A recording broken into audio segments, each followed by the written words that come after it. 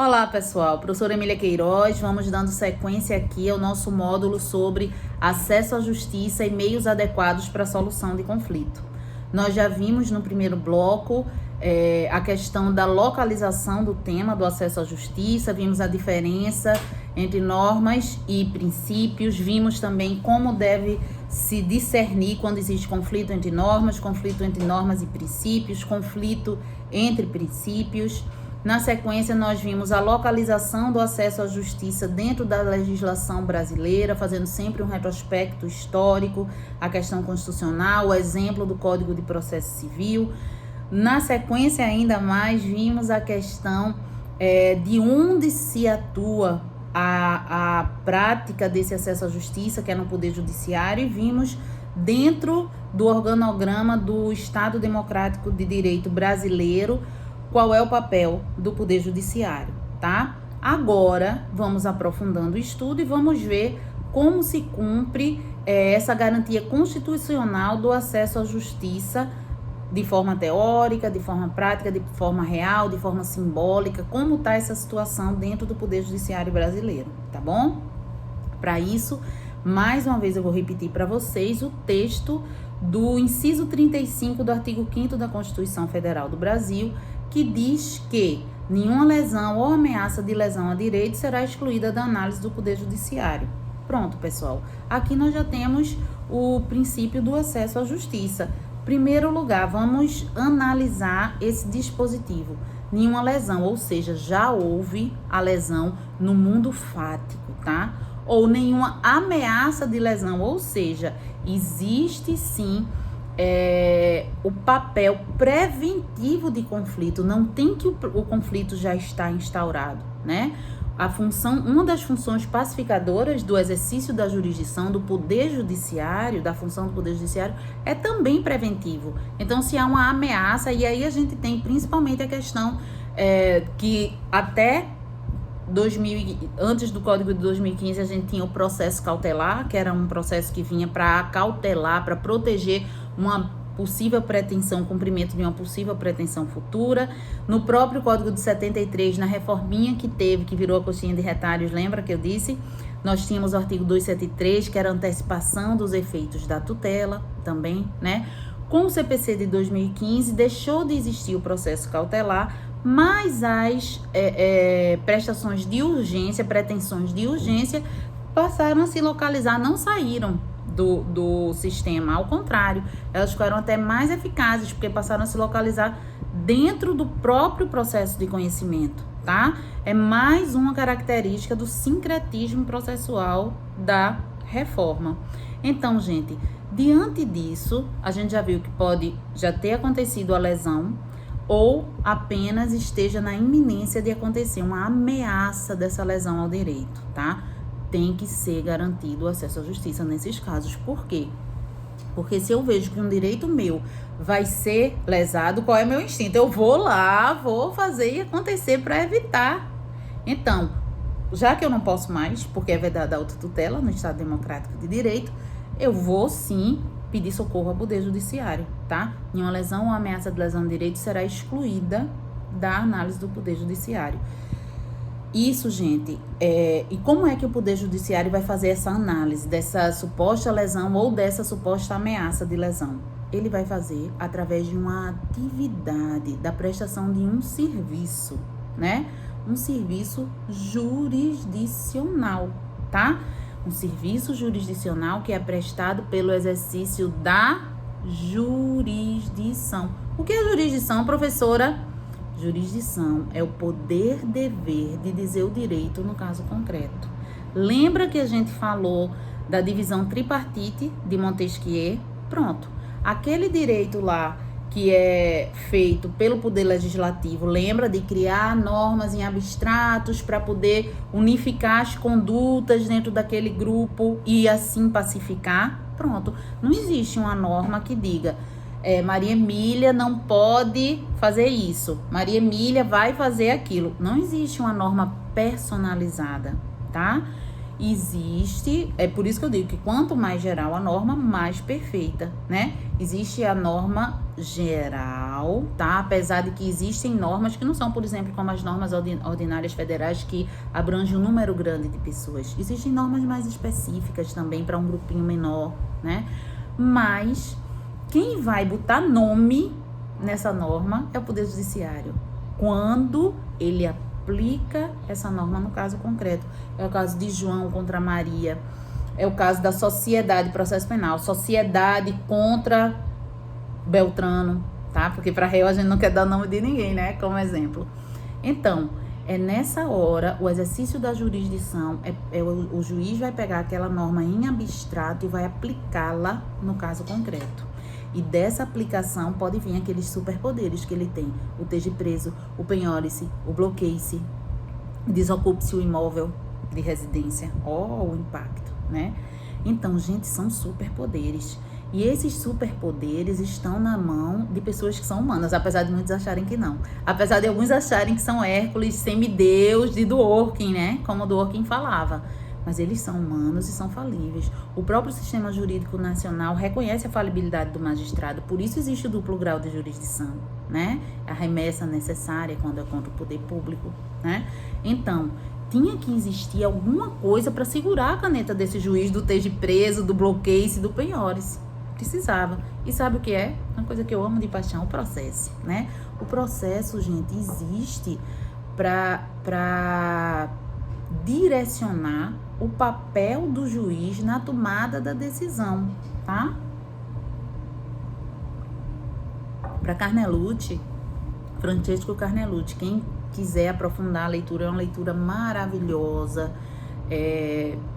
como se faz o processo, um livro super acessível, né? Para ele, o processo é justamente a sequência de passos para se chegar a um resultado. E esse conceito de processo é um conceito que transcende o mundo jurídico, né?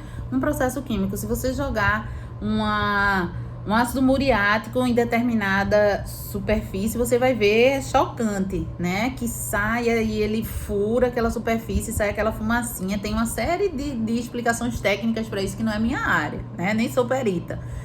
Mas você vê que é um processo químico que está acontecendo ali, né?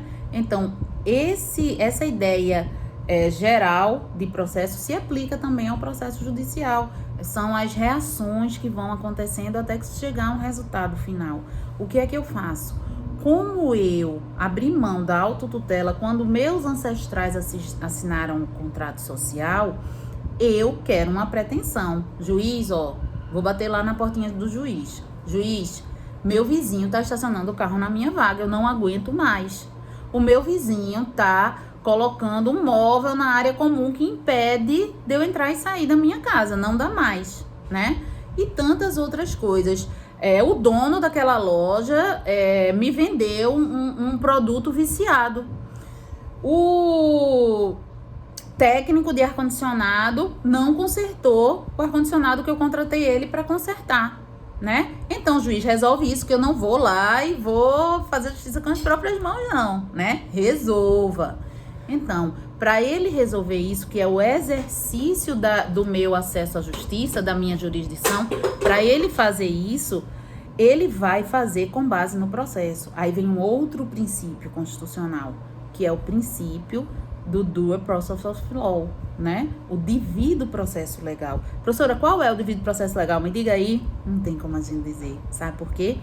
Cada causa vai ter um rito processual que lhe é peculiar, tá? E o que é que vai definir? E é uma coisa que a gente vai ver também nos próximos blocos.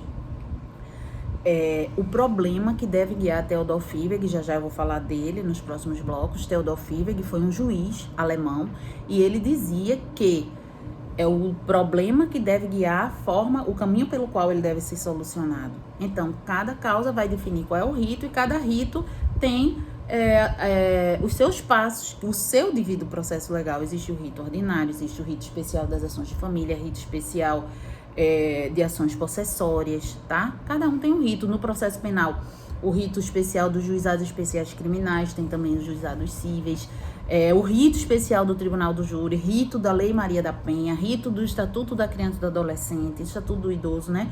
Então, para tentar customizar ao máximo essa prestação jurisdicional que vem como corolário do acesso à justiça, criam-se ritos próprios, para não ser uma coisa geral, x-tudão para tudo, né?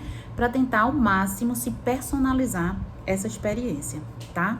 Veja, isso que eu disse, que quando existe essa lesão ou essa ameaça de lesão ao direito, eu tenho que bater lá na portinha do Poder Judiciário, eu não falei para vocês, é por causa de uma das características da jurisdição. Jurisdição, que é aquele exercício do juiz cumprir o que nos cabe para garantir o nosso acesso à justiça, sabe? Dizer o direito no caso concreto. Uma das características da jurisdição é justamente a inércia, né? Por quê? Gente, na lei existe um direito material, tá? Um direito objetivo que diz que, artigo, se eu não me engano, 927 do Código Civil, por exemplo, aquele que comete ilícito civil contra outro é obrigado a repará-lo. Eu tenho um contrato com determinado prestador e o prestador não cumpriu aquele contrato como a gente pactuou. Então, ele cometeu um ilícito civil. Eu tenho direito dele me indenizar, certo? A lei me garante esse direito, é um direito objetivo que eu tenho. Aquela lei que garante aquele direito repercute em mim como um direito subjetivo meu. Por quê?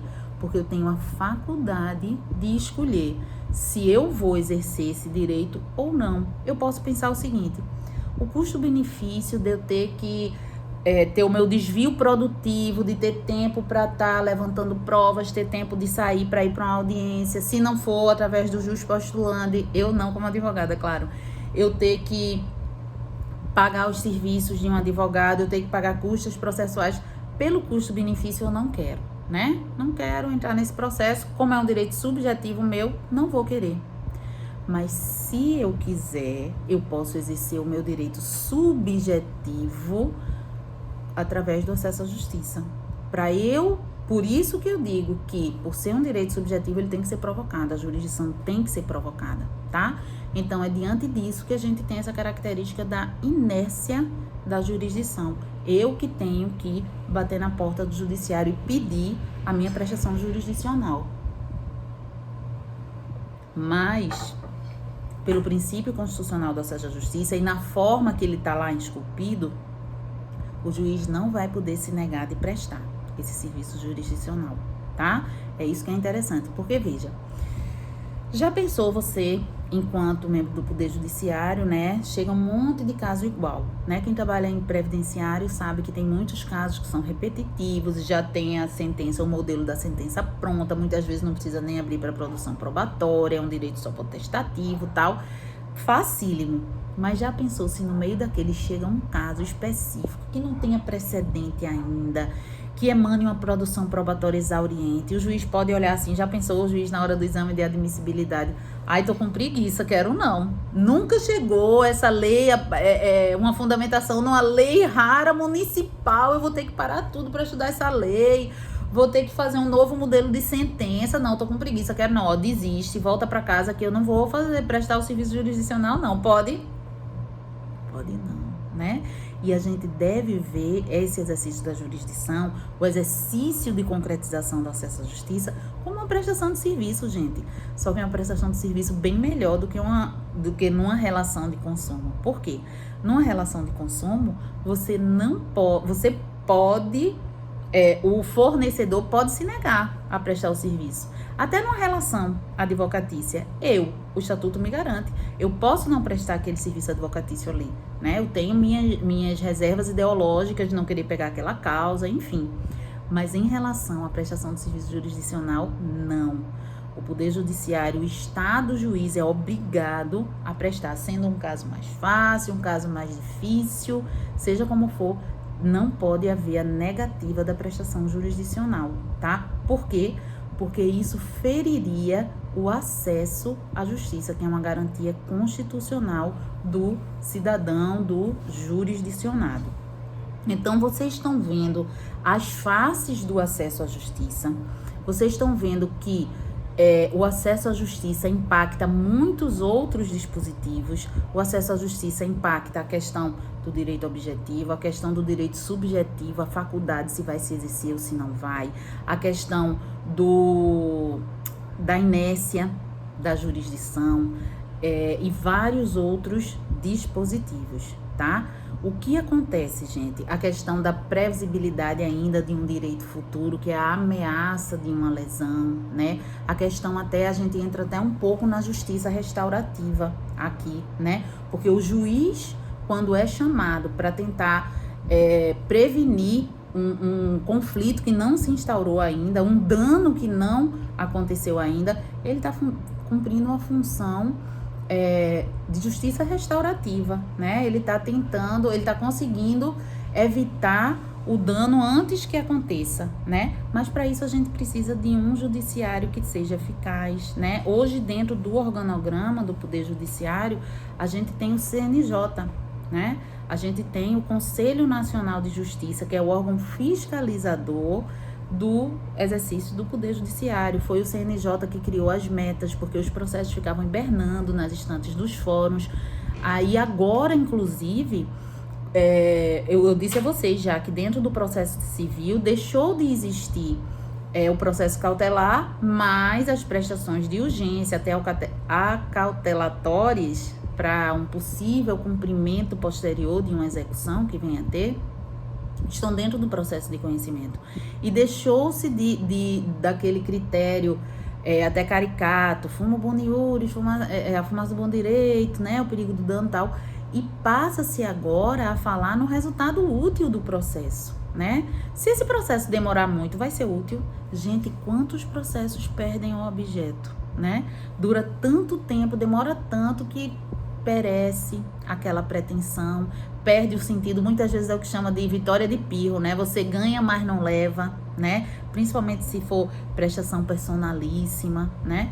Então, a demora é muito prejudicial ao processo, apesar de que, já falando, a gente tá vendo aqui o perfazimento do acesso à justiça, já falando também de outro princípio, que tem que estar junto com o acesso à justiça, o princípio da razoável duração do processo, entrou com a emenda constitucional 45. Quem estiver ou estudando para concurso, ou quem quiser entender como deve agir o Poder Judiciário, até quem não seja especificamente da área de direito, para entender melhor, é muito bom ler essa emenda constitucional 45, que é a emenda de reforma do Poder Judiciário, né? Apesar de existir esse conceito agora, essa garantia da razoável duração do processo, a gente deve lembrar também que o próprio Francesco Carnelucci dizia: processo e pressa não combinam. Tem que se cumprir o devido processo legal. Não é que vá se resolver o processo a toque de caixa, mas tem que existir um foco no resultado útil do processo, tá certo? Então, por isso que todos os princípios têm que ser ponderados no caso concreto. A gente vai encerrar esse bloco agora e no próximo bloco a gente vai ver o simbolismo do acesso à justiça e a concretização do acesso pleno através dos movimentos de instrumentalização do processo, tá bom? Não saiam daí.